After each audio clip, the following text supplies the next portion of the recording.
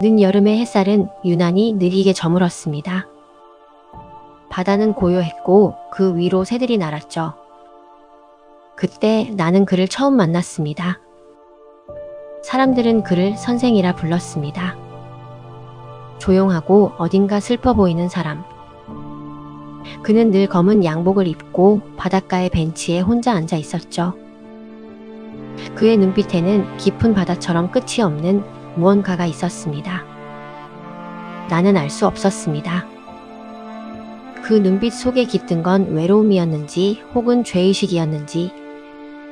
하지만 그날 이후 나는 그 사람에게서 눈을 뗄 수 없었습니다. 그리고 그건 내 인생에서 가장 길고 가장 고요한 이야기의 시작이었습니다.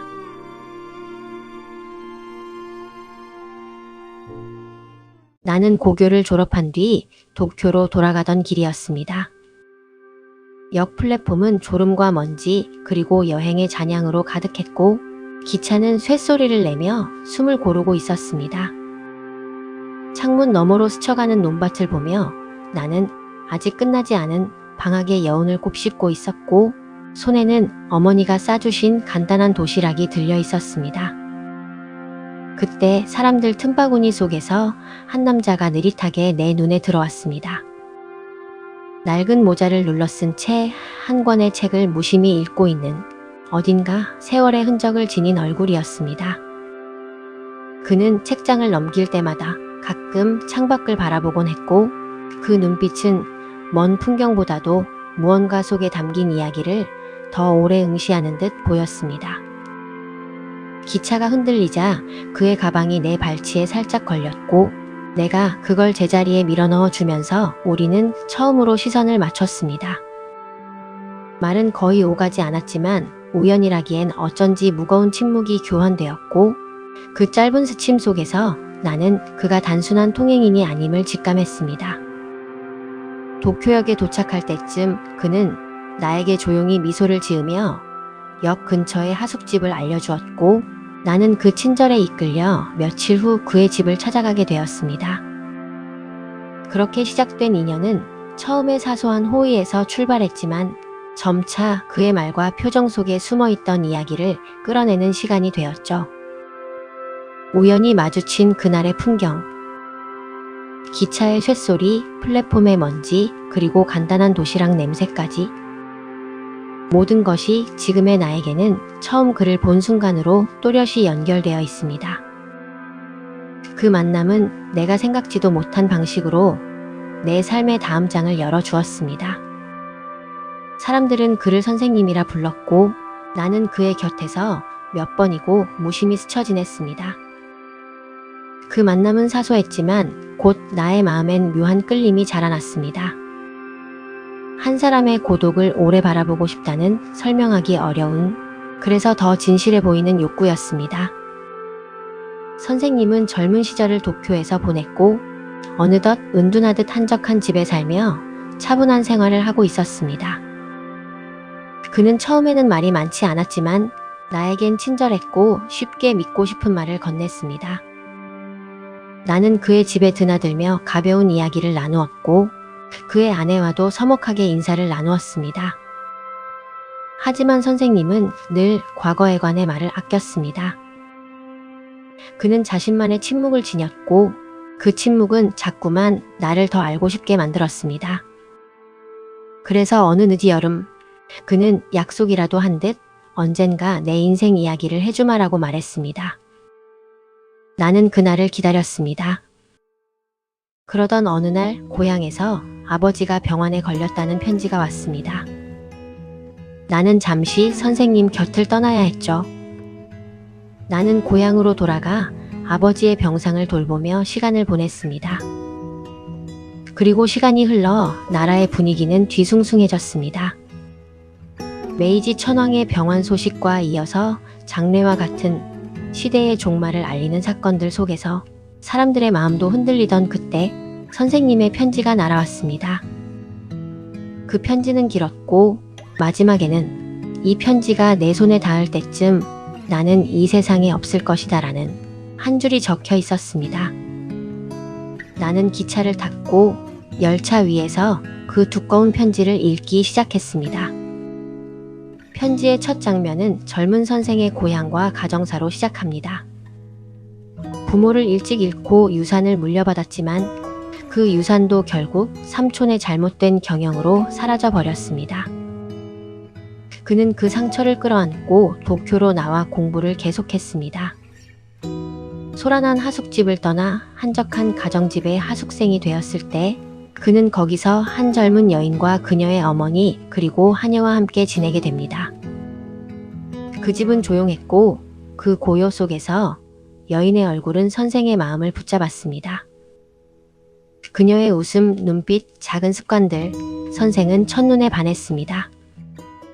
그러나 선생은 의심도 동시에 품고 있었습니다. 어쩌면 가진 것을 빼앗길지도 모른다는 두려움이 늘 그의 어깨를 누르고 있었습니다.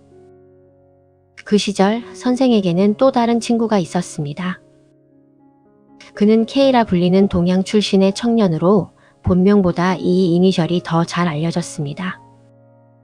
K는 한때 집안을 떠나왔고 의학을 공부하려던 보호자의 뜻과는 달리 종교와 철학에 깊이 빠져 있던 젊은이였습니다. 고집 있고 이상에 불타는 그였지만 동시에 외로움을 간직한 사람이었지요. 선생은 K에게 동정과 우정을 느껴 그를 자신의 하숙집으로 들였습니다. K는 처음엔 내성적이었으나 곧 집안의 평온을 즐기며 조금씩 변해갔습니다. 선생은 친구의 변화에 기뻐했지만 그 기쁨은 이내 불안으로 바뀌었습니다. 마음속 어딘가에서 공허한 경쟁심이 자라났던 것입니다. 시간이 흘러 K는 자신이 느끼는 감정을 선생에게 털어놓습니다. 그는 그 집의 젊은 여인에게 끌리고 있었고 자신의 삶을 바꿀지 모를 사랑 앞에서 흔들리고 있었습니다. K가 조용히 자신의 마음을 고백했을 때 선생은 놀라움과 함께 알 수 없는 두려움에 휩싸였습니다. 그 이유는 단 하나였습니다. 그 역시 같은 여인을 사랑하고 있었기 때문이죠. 하지만 선생은 자신의 마음을 드러낼 용기가 없었습니다. 그는 늘 이성적이고 냉정해야 한다는 신념 아래 살아왔고 감정에 휩쓸리는 자신을 누구보다 경계했기 때문입니다. 그래서 그는 사랑 앞에서도 머뭇거렸습니다. K가 그녀를 향해 한 걸음 내딛는 동안 선생은 뒤로 물러서며 자신의 마음을 숨겼습니다. 그러나 시간이 흐르자 두려움은 질투로 바뀌었습니다. K의 진심이 그녀에게 닿을지도 모른다는 생각이 선생의 마음을 잠식했죠. 그는 결국 비겁한 선택을 합니다. 겉으로는 도덕과 신념을 말하며 K에게 그런 감정은 젊은 혈기의 착각일 뿐이라 설득했지만 그 말은 사실 자신의 불안을 덮기 위한 변명이었습니다. 그는 K의 혼란을 이용했습니다. 이성적으로 살아야 한다. 감정은 덧없다. 그런 말을 반복하며 K의 마음을 흔들었고 결국 K는 스스로 사랑을 포기하게 됩니다. 그리고 그 틈을 타 선생은 그녀에게 고백하죠. 그녀의 어머니는 흔쾌히 응했고 결혼은 예정된 듯 빠르게 진행될 듯 보였습니다. 그런데 그날 밤 K는 스스로 목숨을 끊고 맙니다. 그의 선택은 이유와 감정의 복합체였습니다. 사랑의 좌절, 이상주의와 현실의 충돌, 그리고 자신이 더 이상 견딜 수 없는 자기 실망. K는 잘못을 탓하거나 원망하는 말을 남기지 않았습니다. 그의 죽음은 오히려 차가운 고독과 체념이었고 선생은 그 뒤로 평생 짊어지고 살아야 할 죄책감을 얻었습니다. 선생은 K의 시신을 돌보고 장례를 치렀고 이후 자신이 한 행동의 비겁함과 배신을 계속해서 곱씹었습니다. 그는 결코 아내에게 진실을 털어놓지 못했으며 매달 K의 묘소를 찾아와 참회를 반복했습니다. 시간이 지나면서 그는 인간을 향한 신뢰를 잃었고 자신에 대한 믿음도 산산이 부서졌습니다. 사랑으로 시작된 관계는 죄책감과 침묵으로 바뀌었고 그는 점점 세상으로부터 물러나 은둔자의 길을 걷게 됩니다. 결국 세월의 흐름 속에서 선생은 삶의 무게와 자기 혐오에 눌려 자신도 K와 같은 길을 걸을 수밖에 없다는 생각에 이르렀습니다. 편지를 읽으며 나는 놀랐습니다. 선생의 말들은 단순한 자기 고백이 아니었습니다. 그 안에는 시대의 불안, 개인의 책임, 그리고 인간 내면의 어둠이 뒤엉켜 있었습니다. 그는 자신의 죄를 고백하면서도 그 죄를 한 인간의 실패로만 보지 않았습니다. 선생은 자신의 무너짐을 한 시대의 무너짐으로 느꼈습니다. 그가 젊은 시절 믿어왔던 메이지의 도덕과 질서는 이미 세상에서 힘을 잃어가고 있었죠. 의리, 정직, 희생 같은 가치들이 점점 낡은 것으로 취급되고 대신 이익과 성공, 개인의 욕망이 새로운 질서로 떠오르던 시대. 그 변화의 한가운데에서 선생은 길을 잃었습니다. 그는 K를 배신한 자신을 단순히 나약한 인간으로만 보지 않았습니다. 그에게 K는 순수함 그 자체였고 그를 속였다는 것은 곧 자신이 믿던 시대의 신념을 저버린 일이었습니다. 그래서 그는 K의 죽음 앞에서 자신이 무너뜨린 것이 한 인간의 생명만이 아니라 메이지라는 한 시대의 이상이었다고 느낍니다. 그때부터 선생의 내면은 서서히 붕괴해 갑니다. 세상은 새 시대로 나아가고 젊은 세대는 자유와 개인의 행복을 이야기했지만 선생은 그 속에서 과거의 사람으로 남았습니다. 그는 더 이상 세상의 가치에도 새로운 인간관계에도 속할 수 없었죠. 그에게 시대의 변화는 단순한 사회의 변화가 아니라 그가 평생 지탱해온 양심이 사라지는 과정이었습니다. 그래서 그는 점점 더 자신 안으로 침잠하고 죄책감과 고독 속에 스스로를 가두었습니다. 그가 느낀 무게란 바로 그 두 가지. 자신이 저지른 개인적 죄와 자신을 둘러싼 시대의 도덕이 함께 사라지는 무게였습니다. 그리고 결국 그는 깨닫습니다. 그가 더 이상 살아갈 수 없는 이유는 그의 죄 때문만이 아니라 이 세상이 그와 같은 인간을 더 이상 필요로 하지 않기 때문이라는 걸. 편지의 마지막 장에서 선생은 자신이 곧 세상을 떠나겠노라고 고백했습니다. 그는 메이지의 종말과 함께 오는 가치의 전환 속에서 더 이상 설 자리가 없다고 느꼈던 것이죠. 하지만 그의 죽음은 단순한 절망의 결과가 아니었습니다. 그건 하나의 시대를 스스로 마무리하려는 조용한 결단이었습니다. 그는 자신의 삶을 통해 한 인간의 죄와 한 시대의 몰락을 함께 묻고 싶었던 겁니다. 그 결말은 단순한 자살의 선언이 아니라 한 인간이 평생 안고 살아온 죄책감과 소외 그리고 시대적 고독의 종결이었습니다. 내가 기차에서 편지를 읽고 눈을 떴을 때 심장은 무겁게 뛰고 있었습니다. 도쿄에 도착하자마자 나는 숨가쁘게 역으로 달려갔지만 이미 모든 것은 예정된 듯 조용히 마무리되어 있었습니다. 그날의 하늘은 유난히 흐렸고 나는 문득 선생이 말했던 문장을 떠올렸습니다. 사람의 마음은 시대와 함께 늙어간다. 그 문장이 내 가슴 깊은 곳에 울렸습니다.